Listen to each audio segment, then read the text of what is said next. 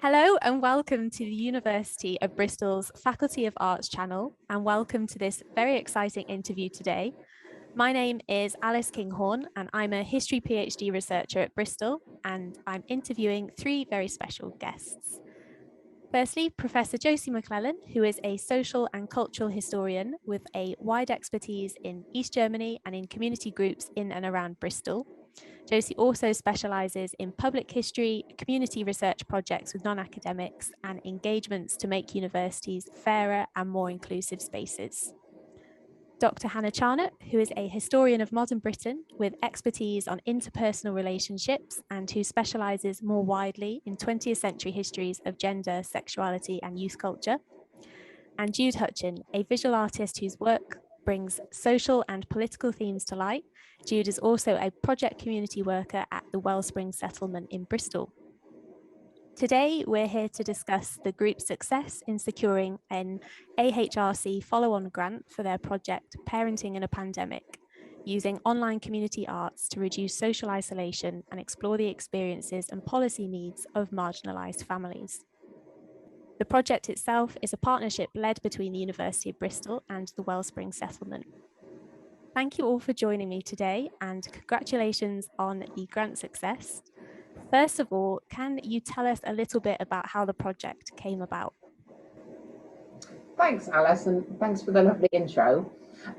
So the project came about, my colleague in the history department, Tim Cole, and I were working on a research project in partnership with the Wellspring Settlement. And we've been researching the history of Single Parent Action Network, which was a Bristol-based activist organisation. And we've been working with a group of 12 community researchers at Wellspring Settlement. And Jude was a really important part of our project team. And one of the things that happened during the project was that COVID hit. And we had to change quite a few things, and we had to start working online, which was not something that we had planned to do at all. And that was quite challenging, but we also realised that there were things that you could do online, and the community researchers that we were working with, like a lot of people, found the pandemic quite challenging. We were all feeling quite isolated, and we realised that by working together online, there were ways of making connections and sort of keeping each other company, and creating a forum where people could talk about some of the challenges they were facing. So Jude and I thought it would be a really good idea to apply for some more funding and to think about how we could use this methodology to explore how tricky it's been for families during the pandemic, and particularly for families who've been marginalised because they live in socio-deprived areas, or because they're single parents, or perhaps members of an ethnic minority, or someone in the family is living with a disability. So Jude and I started designing this project, and I think here Jude's input was absolutely key, because her background as a community development worker allowed her to really sort of say what would be useful at this time and what would be feasible for these families to get involved with. And then I've been wanting to work with Hannah for a long time, so I saw my chance and got her involved with the project. And then we were really happy to hear last month that we got the funding. So we're going to start in the next few weeks and be working together for the coming year. That's really, really exciting. Congratulations. So what are the key features of the projects? What's the main objective?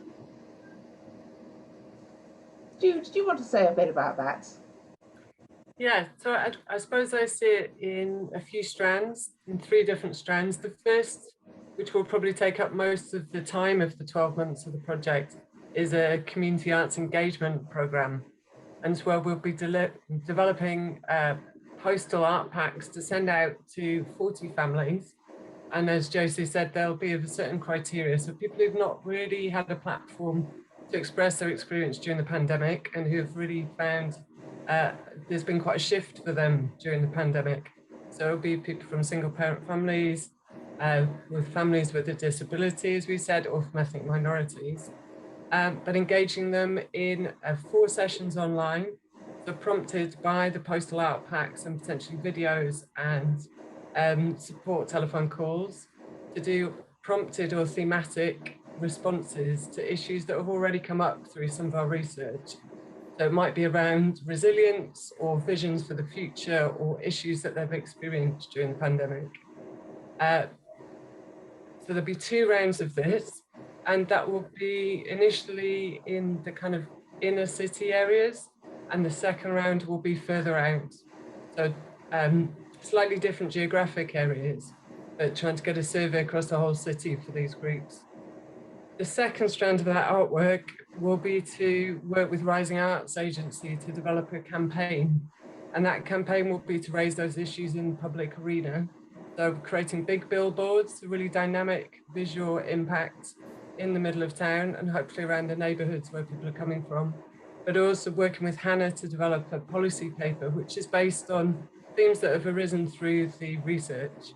So prompts either by quotes or by text or using the artwork to develop, to illustrate really the themes of people's experience. And Hannah will be doing great work to engage local councillors, and we'll be having an online webinar where we'll be able to present the work, but also have discussion about how that can influence social policy and decisions that would influence services. The last theme of the project will be to have a peer review, a reflective practice session with locality who are a national organisation coordinating community organisations, but to really look at this as a methodology for engaging people through digital media, but also the new parameters of social engagement through art post-pandemic. That's really interesting. So why did you choose art as the project's medium? Why did you choose community art? I mean, I'm completely biased in that that's what I've been doing for a long time, and I'm a practicing visual artist. But I think, I mean, through the SPAN hands-on history project, but also other projects, I've seen how powerful it is to offer people a creative medium. And it works on several levels at the same time. So it's fun and it's enjoyable and it's relaxing for people. So there's an immediate experience of using art medium. But there's also a way of connecting with people which is different from having a discussion. And the way that issues can be raised, artwork can hold a lot of different ideas at the same time. And I think it's really important, excuse me, in that it's been a very complicated and diverse experience for people through the pandemic. So to be able to hold a lot of these ideas without being in conflict necessarily is really important. Mm-hmm.